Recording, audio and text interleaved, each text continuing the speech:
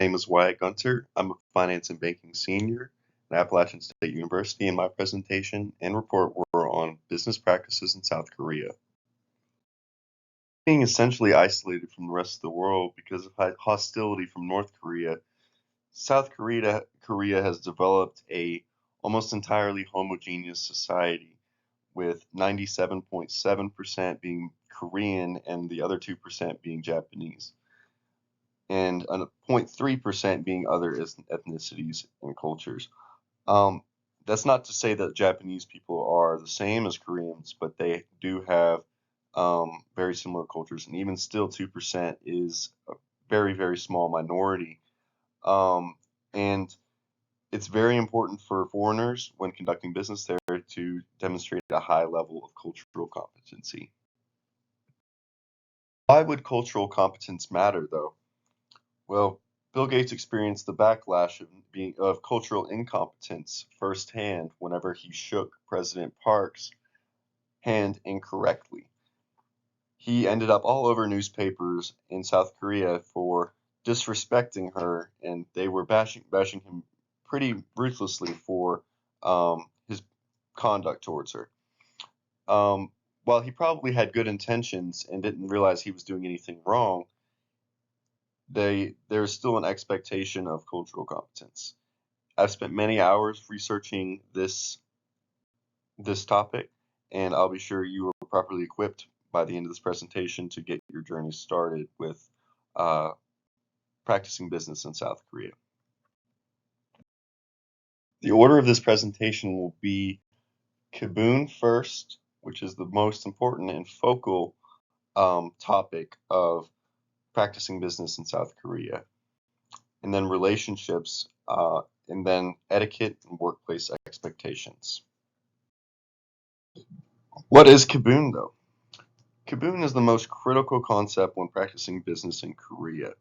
And as Brian McDermott described it, it's someone's personal well-being, dignity, and face. Koreans go to great lengths to preserve Kibun. For example, if you extend an offer in person to a Korean business person, they oftentimes will accept it in preservation of your Kibun. And an American might view that as inconsiderate or rude or whatever else you want to call it, but that's not the way it is. They do this out of respect, quite the opposite of what an American would previously have thought. You should preserve Kibun by avoiding conflict in whenever possible when practicing business in South Korea, because once you lose Kibun, it cannot be regained. Kind of in the same stride of Kibun is the importance of relationships. In a workplace environment, Koreans often view their colleagues as a second family. Uh, Koreans value their colleagues like that. Whereas an American, you keep your work and your family life separate. They're completely separate things. Not so. You'll be expected to do things outside of work, like go get drinks or food, go to sporting games, whatever else there may be. Um, when talking to people that are potential clients, the relationship is at least as important as the deal. That's very different from how it is in America, because at the end of the day, if it's the best deal, we're going to take it, right? It's a high context culture, so you need to be wary of that. Oftentimes, uh, Koreans will agree to do something even when they have no intention of proceeding, to avoid hurting your Kibun, kind of in the same stride. You should always try to attend these functions whenever possible to establish better working relationships. A good relationship starts with an introduction, so it's important that you get it right. This is the mistake that Bill Gates made when meeting the South Korean president, when shaking her hand incorrectly. It is customary that you do a 15-degree bow for someone of equal rank or of age, and a 30 to 45-degree bow is customary for someone of a superior rank or an elderly person. A handshake with one hand is usually for colleagues and people of equal rank, and a handshake with both hands is similar to a 45-degree bow, and it's reserved for people that are superior or elderly to you. If it's ambiguous, you can always shake hands with both hands, but as you can see this man in the image, it's also appropriate to put one hand on your elbow. You should also use titles at work instead of names, and you should also carry business cards to exchange. Business cards have become mostly extinct in the United States because it's much easier to just, we think it's much easier to just take out your phone and exchange numbers that way, but Koreans like to have business cards because it allows them to quickly identify your company, your rank, and your position. Introduction will first take place over dinner in South Korea. A great deal of relationships are established in bars and restaurants.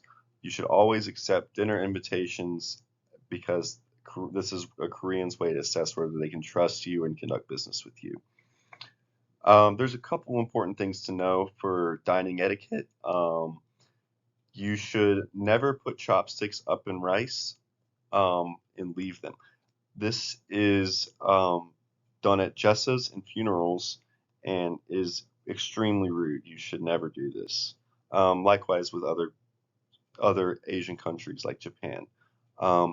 But you should also pour drinks with both hands, and you should not talk about business until a meal is concluded unless your host brings it up first. Oftentimes Koreans will like to talk about business over tea post-meal, tea or coffee or drinks. And interestingly, slurping soup or noodles is a sign of appreciation and enjoyment. Also important is workplace etiquette. And dress. You should dress in Men should dress in dark muted colors and with a dark tie and maybe a wristwatch and a ring. They should keep jewelry to a minimum. This means no earrings or necklaces. And women should dress very modest and business formal. You should wear something like this on the left and not like this on the right. Where the right might be appropriate in some workplaces in America.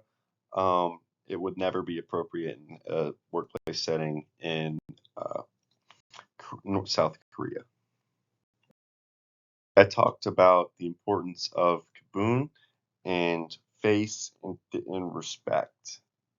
I also talked about relationships and the importance of establishing them and maintaining them in workplace and with new colleagues, and the importance of some etiquettes.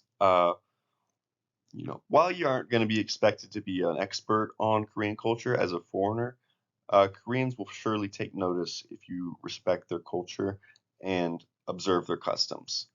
If you need any, if you'd like to ask me any questions, you can feel free to email me at gunterwg@appstate.edu, and have a nice day. Thank you. Here are references for your viewing and convenience.